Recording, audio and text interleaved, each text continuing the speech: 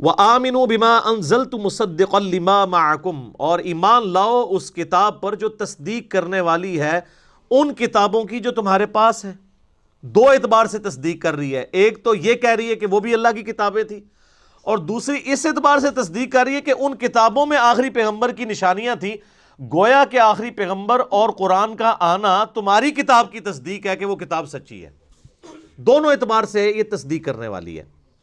وَلَا تَكُونُوا أَوَّلَ كَافِرٍ بِهِ، اور سب سے پہلے تم تو کافر نہ بنو اس کتاب کے اور اس پیغمبر کے صلی اللہ علیہ وآلہ وسلم۔ وَلَا تَشْتَرُوا بِآيَاتِي ثَمَنًا قَلِيلًا، اور ہماری آیات کو چند ٹکوں کے عوض تو نہ بیچو۔ وَإِيَّايَ فَاتَّقُونِ، اور صرف مجھی سے ڈرو۔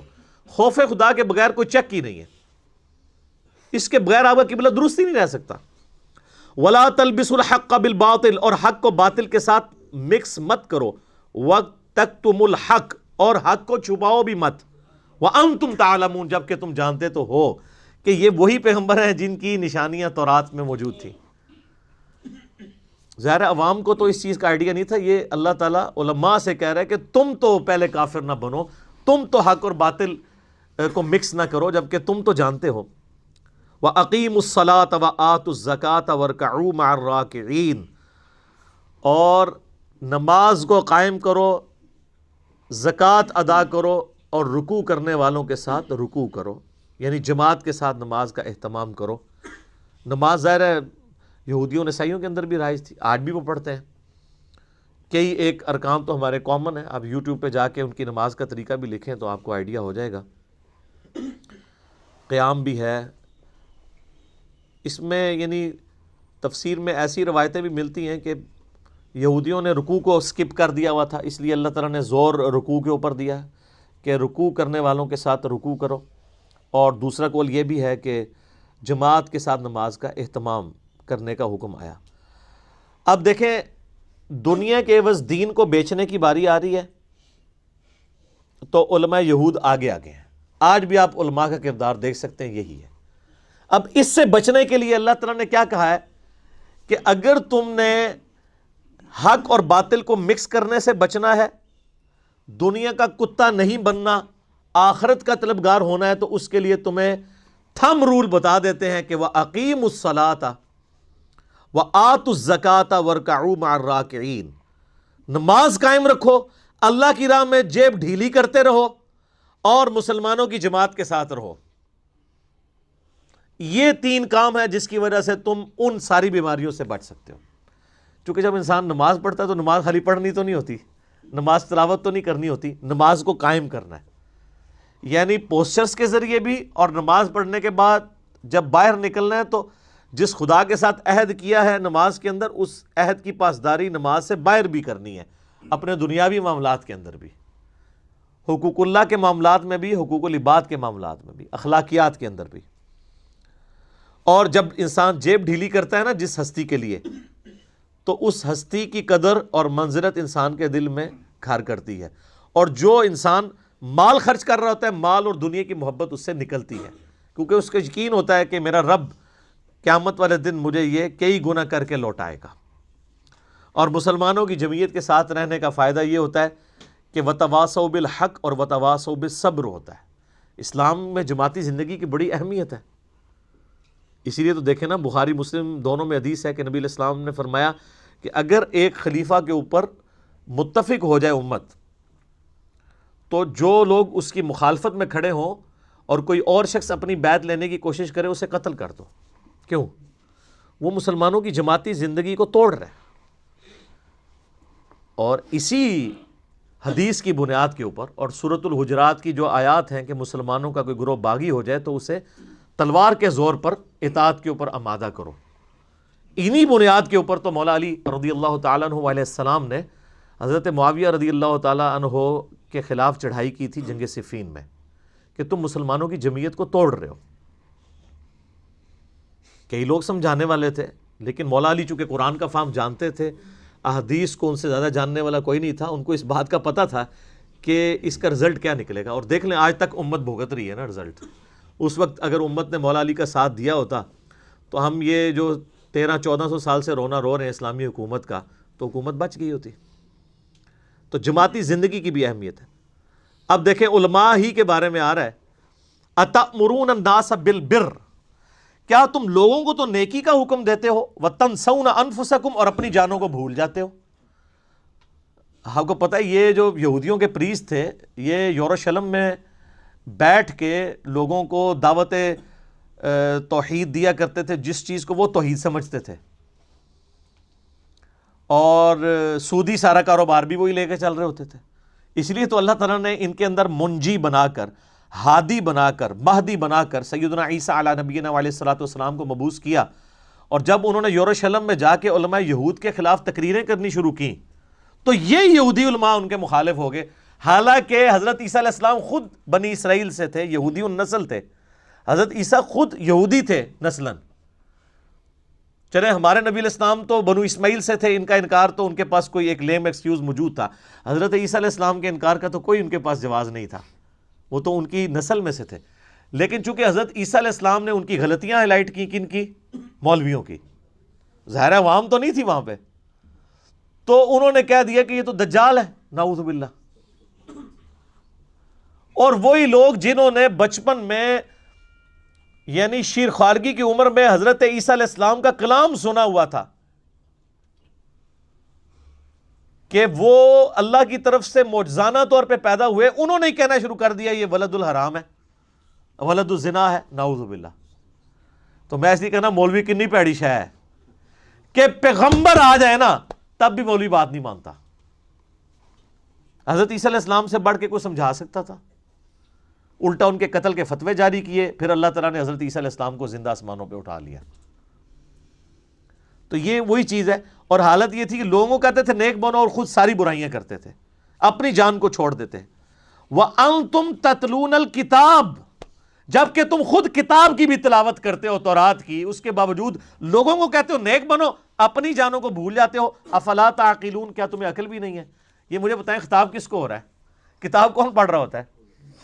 مولوی، علماء، کہ تم خود اتنے بڑے شیخ القرآن ہو، تم نے تو تفسیریں بھی لکھی ہوئی ہیں، تم تو بہت بڑے محدث بھی ہو، تم تو شارح حدیث بھی ہو، اور اپنی جان کو بھولے ہوئے ہو، لوگوں کو کہہ رہے ہو قرآن و سنت پہ چلو، اور خود قرآن و سنت کو تم نے پشت پہ ڈالا ہوا ہے۔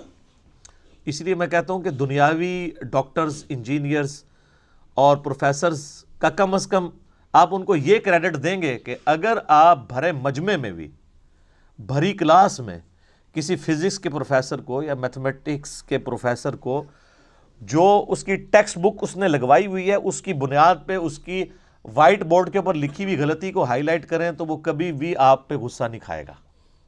ہم خود یونیورسٹی سے پڑھے ہوئے ہیں، تو میں تو خیر چونکہ پوزیشن ہولڈر بھی تھا اور شروع سے ہی شرارتی تھا، تو میں تو پہلی لائن میں بیٹھا ہوا ہوتا تھا، تو میرے شر سے تو بڑے کم ٹیچرز بچے ہیں، یعنی میں ہر چیز کو ہائی لائٹ کر دیتا تھا اس وقت بھی، تو میں نے نہیں دیکھا آج تک کسی ٹیچر نے غصہ کھایا ہو۔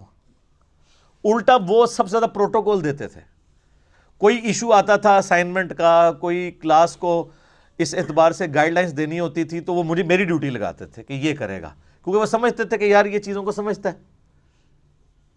لیکن کیا یہی حوصلہ ہمارے علماء میں موجود ہے کہ وہ بندہ جو ہر جمعے کے خطبے کے بعد چاہے علیحدہ کمرے میں لے جا کے اس عالم کی غلطی نکالے، اور وہ عالم اگلے جمعے میں کہے کہ جی یہ بندہ ہے، باقی تو سارے جھوٹو بیٹھے ہو، اے بندہ میری تقریر صحیح سندا جے، میں نہ ہوں تو یہ کوئی مسئلہ پوچھ لیا کرو، اگر میں نہ ہوں تو اس سے مسئلہ پوچھ لیا کرو، تو کیا خیال ہے ایسا ہوگا؟ تو پھر عزت کس چیز کی آپ اویل کروا رہے ہیں؟ پھر کہتے ہیں دنیاوی ٹیچرز کی عزت ہے، علماء کی کوئی عزت نہیں۔ سر علماء اپنی عزت کروائیں نا، علماء اپنے اندر کوئی ایک خوبی ایسی پیدا کریں جو دنیاوی ٹیچرز کے اندر موجود ہے۔ دنیا سے مراد جسے آپ دنیا سمجھتے ہیں، ہم تو اسے بھی دین کا علم سمجھتے ہیں، کیونکہ ایکوائرڈ نالج ہو یا ریویلڈ نالج دونوں اللہ کی طرف سے۔ وَاسْتَعِینُوا بِالصَّبْرِ وَالصَّلَاةِ، اور اے مولویو، اے علماء یہود، مدد چاہو صبر کے ذریعے اور نماز کے ذریعے اللہ تعالیٰ کی۔ مراد یہ ہے کہ اگر یہ مفلسی کی زندگی ہے تو بجائے پیسے لے کے فتوے دینے کے اور اپنی چودراہٹ قائم کرنے کے، صبر سے کام لے لو، روکھی سکھی کھا لو۔ مدد لینی ہے تو مال کے ذریعے نہیں، صبر کے ذریعے، والصلاۃ، اور نماز کے ذریعے۔ نماز پڑھو گے اللہ پہ یقین بڑھے گا تو دنیا سے یقین اٹھے گا۔ صبر اور نماز کے بغیر آپ کو دنیا کو 3 طلاقیں دینا ناممکن ہو جائے گا، بہت مشکل کام ہے۔ تو اللہ تعالیٰ نے علماء یہود کو کہا کہ اگر تم نے اللہ کا راستہ اختیار کرنا ہے پھر تمہیں صبر کرنا پڑے گا، پھر جدادیں تو نہیں بنے گی۔ ظاہر ہے کہ وہ اپنی اپنی مسندوں پہ بیٹھے ہوئے تھے۔ نبی علیہ السلام جب ہجرت کر کے مدینہ شریف آئے تو یہودیوں کے قلعے تھے، ان میں وہی سب کچھ کرتے دھرتے تھے۔ آپ ذرا ایک لمحے کے لیے امیجن کریں اگر وہ یہودی اسلام قبول کر لیتے تو ان علماء یہود کا کیا سٹیٹس ہونا تھا۔ نبی علیہ السلام جو ہے وہ لیڈر ہونے تھے، ٹھیک ہے۔ تو انہوں نے کہا کہ بھی نبی علیہ السلام لیڈر ہوں گے، کل کو کوئی چندہ ہوگا وہ نبی علیہ السلام کے بیت المال میں جائے گا تو ہماری تو سٹیٹس ہی ختم ہو جائے گا۔ تو ان ساری چیزوں کے اوپر چیک کیا ہو سکتا ہے کہ آپ روکھی سکھی کھا کے اپنی آخرت کا سودا تو نہ کرو۔ جو سورہ توبہ میں آیا کہ اللہ تعالیٰ نے مومنین کی جانیں اور مال جنت کے بدلے میں خرید لیے۔ خوشخبری ہو تمہارے لیے ایسی بیعت کے اوپر کہ تم نے اپنا جان اور مال اللہ کو بیچ کے ہمیشہ کی جنت اس سے لے لی ہے۔ تو یہ تو صبر والا ہوگا نا، وَتَوَاصَوْا بِالْحَقِّ وَتَوَاصَوْا بِالصَّبْرِ۔ تو مدد چاہنی ہے نا تو صبر و نماز کے ذریعے اللہ کی مدد چاہو۔ اچھا یہ ہمارے جو بریلوی اور شیعہ علماء جو ہے نا ان کے آپ علمی لیول دیکھ لیں، وہ یہ آیات پڑھ کے نا غیر اللہ کی مدد ثابت کر رہے ہوتے ہیں۔ محمد دوستوں کو لینا دینا اس دا کسی چیز دا۔ اچھا ان سے کہ وَاسْتَعِینُوا بِالصَّبْرِ، کہتے ہیں جی غیر اللہ سے مدد جائز ہے، قرآن میں ہے صبر سے مدد چاہو نماز سے۔ تو میں نے تو آج تک کسی شیعہ کی مسجد میں یا بریلویوں کی مسجد میں المدد یا نماز المدد یا صبر تو نہیں دیکھا۔ کوئی کسی نے دیکھا؟ دیکھ لو۔ تو وہ ان کو بھی شرم آئے گی یہ ترجمہ کرتے ہیں، وہ کہیں گے نہیں مطلب یہ ہے کہ جو صبر کرتا ہے نماز پڑھتا ہے اللہ اس کی مدد کرتا ہے۔ تو یہی مطلب تو ہم کہہ رہے ہیں، المدد یا نماز المدد یا صبر نہیں ہے، کہانیاں کرواتے ہیں۔ اور جو اس کی اصل روح تھی وہ تو کچھ اور تھی۔ اس سے جو ہے وہ یا علی مدد یا شیخ عبد القادر جیلانی مدد ثابت کرنا نہیں تھا، بلکہ اس کا مقصد یہ تھا کہ تمہیں دنیا کا کتا بننے سے بچایا جائے، دنیا کے پیچھے اپنی آخرت برباد نہ کرو۔ اور اللہ نے ساتھ ہی اپنا ایک فتویٰ بھی دے دیا ہے، بڑا گاڑا فتویٰ، وَإِنَّهَا لَكَبِيرَةٌ، اور بے شک یہ بڑا مشکل کام ہے۔ کون سا؟ صبر کرنا اور نماز پڑھنا، یہ بڑا ہی مشکل کام ہے۔ إِلَّا عَلَى الْخَاشِعِينَ، ہاں سوائے ان لوگوں کے لیے جن کے اندر کو خوف خدا ہے نا، خشیت، وہی دنیا کے کتے بننے سے بچ سکتے ہیں، ورنہ بڑا اوکھا کام جے۔ اچھا جس کو اللہ کہہ رہا ہے بڑا ہی اوکھا جے کرنا، تو کوئی شک نہ رہ گیا، اور واقعی پریکٹیکلی نظر بھی آ رہا ہے کہ سارے ہی اس راستے پہ چل پڑے ہیں۔ لاکھوں میں ایک بھی ڈھونڈنے سے مشکل سے ملتا ہے جس نے دنیا کو 3 طلاقیں دی ہوئی ہوں۔ بلکہ ہم نے تو دیکھا ہے جو بندہ دین کے معاملات میں یعنی انٹر ہوتا ہے نا تو ماشاءاللہ اللہ کا فضل ہو جاتا ہے اس کے اوپر۔ مدرسے میں وہ سائیکل پہ آتا ہے، 3 سال بعد اس کے نیچے گاڑی بھی ہوتی ہے، اللہ کا فضل۔ وہ تو یہی کہتا ہے نا، اللہ کا فضل۔ اللہ نے فرمایا کہ یہ بڑا مشکل کام ہے، جو صرف خوف خدا رکھنے والے ہیں نا وہ یہ کر سکتے ہیں کہ سبسسٹنس لیول کے اوپر لائف گزاریں۔ اور یہ اتنا مشکل کام ہے کہ اس امت میں سب سے زیادہ کامل الایمان کون لوگ تھے؟ صحابہ اور اہل بیت۔ اس زمانے میں بھی دیکھ لیں، آپ کو پتہ ہے سیدنا علی کی مخالفت کی اصل وجہ یہی تھی کہ حضرت علی درویش انسان تھے، فقر کی زندگی گزارنے والے تھے۔ تو سیدنا علی کی خلافت کبھی بھی ایسے لوگوں کو ہضم نہیں ہو سکتی تھی جو دنیاوی منفعت کو بھی ساتھ لے کر چلنا چاہتے ہوں، اسی لیے ان کی مخالفت پہ اتر آئے۔ اس کے لیے سامنے تو کوئی اور بہانہ رکھا جاتا ہے نا، سامنے تو ہو سکتا ہے پاناما لیک آ جائے، کوئی آف شور کمپنی آ جائے، اصل بات کچھ اور ہوتی ہے اندر۔ سامنے جو ایجنڈا ہوتا ہے وہ ایسا ہوتا ہے جسے پبلک کو سیٹل کیا جائے۔ یہ میں ایک دنیاوی طور پہ ایک مثال دے رہا ہوں، میری کسی کے ساتھ کوئی ہمدردی نہیں ہے، میں کہتا ہوں آف شور کمپنی جس کی بھی نکلی ہے نا، وہ گورنمنٹ میں بھی لوگ بیٹھے ہوئے ہیں، نیب نے ان کے کیس بھی خارج کر دیے ہیں، آپ کے سامنے ہی ہے۔ ایک ہمارے پرائم منسٹر صاحب کے بڑے قریبی دوست ہیں، نیب نے 1 سال کے بعد کہا نہیں جی شواہد نہیں ملے، انہی شواہد کی بنیاد پہ ایک پرائم منسٹر فارغ کیا ہوا تھا۔ تو اس کا مطلب ہے پرائم منسٹر کو فارغ کرنا اصل مقصد تھا، اس کے لیے سامنے کوئی اور چیز لائی جاتی ہے، یہاں پہ بھی سامنے کچھ اور لایا جاتا ہے، اصل زندگی یہ تھی کہ درویشی کی زندگی مولا علی کے ساتھ کون، اس لیے مولا علی خلافت لینے سے انکار کیا تھا. انہوں نے کہا تھا میں اگر خلیفہ بنا تو پھر عدل ہوگا، عدل نہیں ہوگا تو میں پھر گوشہ نشینی اختیار کروں گا. تو پھر دیکھیں عدل تو پھر عزم نہیں ہوتا نا. انہا لکبیرۃ، بڑا ہی اوکھا کام ہے. یہ پنجابی میں یہ ترجمہ ہوگا، سوائے انہاں لوگوں نے جڑے اللہ کو ڈر جان.